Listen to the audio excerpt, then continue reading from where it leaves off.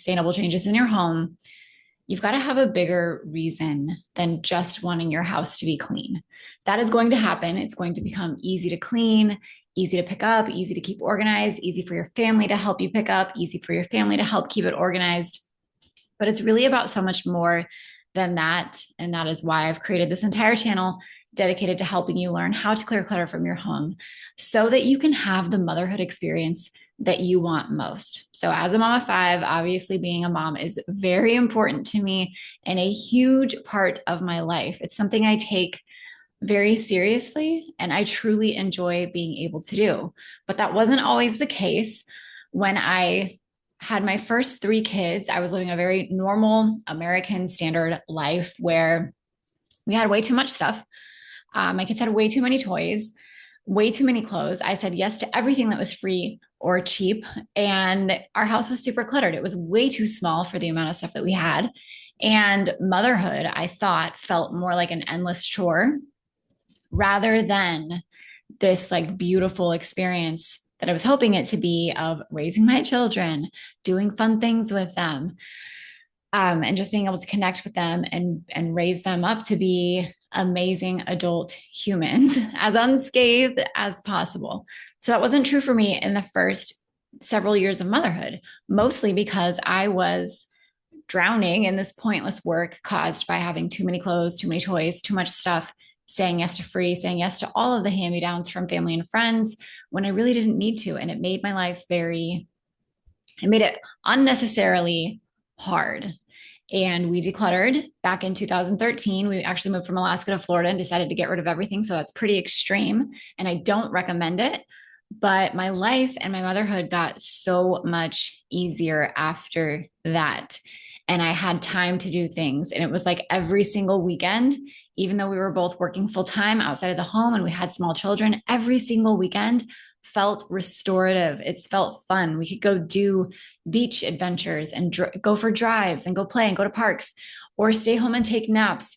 And whatever we needed to do, we had the time and the space to do it. And it felt easy because my house was so easy to be in. And it took me about 5 years to honestly realize that it was because of getting rid of all of our stuff. That's why that happened. I thought it was just because we went from, cold, dark Alaska to hot, sunny vacation time in Florida, but it was because of my house. And I know that because we've also lived in Idaho, Southern California, and now the Midwest. And the common thread is that my house is easy to be in. My house is easy for my family to be in, and it's easy for my kids to be in. So if you want to clear clutter from your home and you haven't been able to do it yet, think about those bigger reasons that you want to declutter. You want to declutter so that you can connect with your family, to not be chronically frustrated by the messes, by the laundry, by not feeling like you have to constantly nag them. Like nobody else in your family cares but you. Nobody helps you. You're never going to get caught up. And it's just this draining, unfun experience for everyone involved. And it's so unnecessary if you can just clear the clutter from your home. So I'm going to talk about 4 reasons real quickly about why decluttering is hard for moms, and then 4 solutions for each of these problems that come up. So the very first thing that makes it difficult for moms to declutter is honestly just the decision to finally declutter and stick with it. A lot of us get stuck in the overthinking I don't know where to start. I'm too overwhelmed to start. There's too much for me to do on a daily basis. When am I even going to find time to do this? And so we avoid actually deciding and committing to what it is that we want to do. The second reason that decluttering is hard for moms, or maybe never ends up happening, is because of our conditions of motherhood, right? We have small kids, we have work, we have sports, we have relationships, we have financial obligations, we have all of the things going on every single day that make it difficult for us to do. And not only do we have these logistical conditions, but we also have things like the ways that we were raised, the lessons we were taught about money and stuff and clutter in our own homes or not taught. So we have all of these conditions that make it difficult.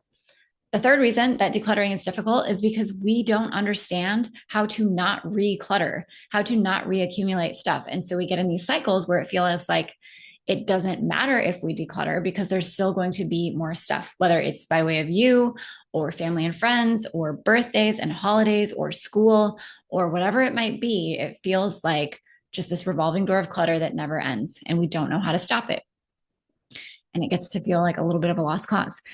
And then the fourth reason that decluttering is difficult or doesn't happen for moms is the pain of things like, what if I need it? Or I spent so much money on this, or this was a gift for my family and friends, like moving through the pain and the discomfort of all of those reasons to hold on to our clutter that will come up. So let's talk about the solutions for these four things, because these are all valid. They're all real and they are unique to you, but you have your own unique circumstances and reasons for keeping things and logistics of life, but they're not exclusive to you. Every single person, every single mom is going to deal with one, or honestly, all four of these to some degree. So you are not alone in this. It is not exclusive to you. Yes, your variations and degrees of seriousness, I guess, of these are going to vary, but they're not exclusive to you, which means there are universal solutions that you can find, and I've got them for you.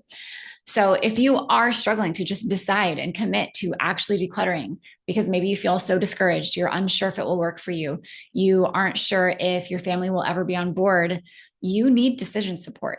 You need somebody who can walk you through how to start decluttering, what exactly to declutter first, next, and last, how to make those decisions, right? And I actually do this. If you go to the description here, I've got a link to an 11-course bundle that I offer that gives you all of this. Like I have a literal clutter decision-making guide as a part of that bundle, plus other mini courses and checklists to walk you through this, like to give you that decision support, to show you how to start decluttering your own things before you jump into your family's things. But getting that decision support is super essential if you are struggling. And it can be from something like myself, or you can find somebody in person who can come do that with you. Both work for different kinds of people. Both are effective. The second struggle that people have are just dealing with the conditions that they had. Like I said, you have kids, you have work, you have obligations, you have financial commitments. And so you need to get strategic support and emotional support from somebody who understands what it's like to declutter as a mom. That's me, right? I have 5 kids. I know what it's like. I had 3 kids when we decluttered the first time, our first big declutter. I had 3 kids, and I had to walk my kids through the process of, we can't keep this, right? And I know that hurts for you. And then I had to walk myself through, like, oh my gosh, I'm going to have to get rid of all this stuff. I remember having to walk myself through the fact that I held a garage sale and I sold about 10% of our stuff. Nothing else would sell. I held 3 garage sales after that. Nothing sold. And I had to look at my piles of stuff and accept the fact that I probably could have paid off my student loans if I didn't buy all this stuff that nobody wanted, including myself, right? So you need somebody who can give you strategic support based on your conditions, but also give you that emotional support based on your conditions. So if you are a mom, you should be learning how to declutter from a fellow mom, in my opinion. We're just going to understand it a lot better than somebody who doesn't have kids. Now, the third thing that people struggle with is the recluttering, right? The reaccumulation. And so you need to get strategies in place to reset your consumption habits. And maybe that means you need skill sets in setting boundaries for your budget. Maybe that means you need to practice skill sets in communicating with your family and friends of like, hey, thank you so much for thinking of us. We don't want your hand-me-downs, right? Maybe you need to learn how to communicate boundaries with family and friends who give you too much stuff during birthdays and holidays. Maybe you need to have conversations with your spouse about not buying anything and everything for your kids, right? Like you might just need skill set support in this. And this is all stuff that you can learn. And the final solution for you, if you struggle with things like, what if I need it? I spent so much money on this. You need to slowly and consistently give yourself new experiences. And what I mean by that is you need to prove to yourself that you can get rid of some stuff and see that nothing bad happens. You need to show yourself that when you get rid of something that nobody's willing to buy, nothing bad happens. Actually, a lot of really great things happen. You start to spend your money better. You actually start to make more money, save more money, appreciate what you have. And you start to give yourself evidence that decluttering really is a safe thing to do.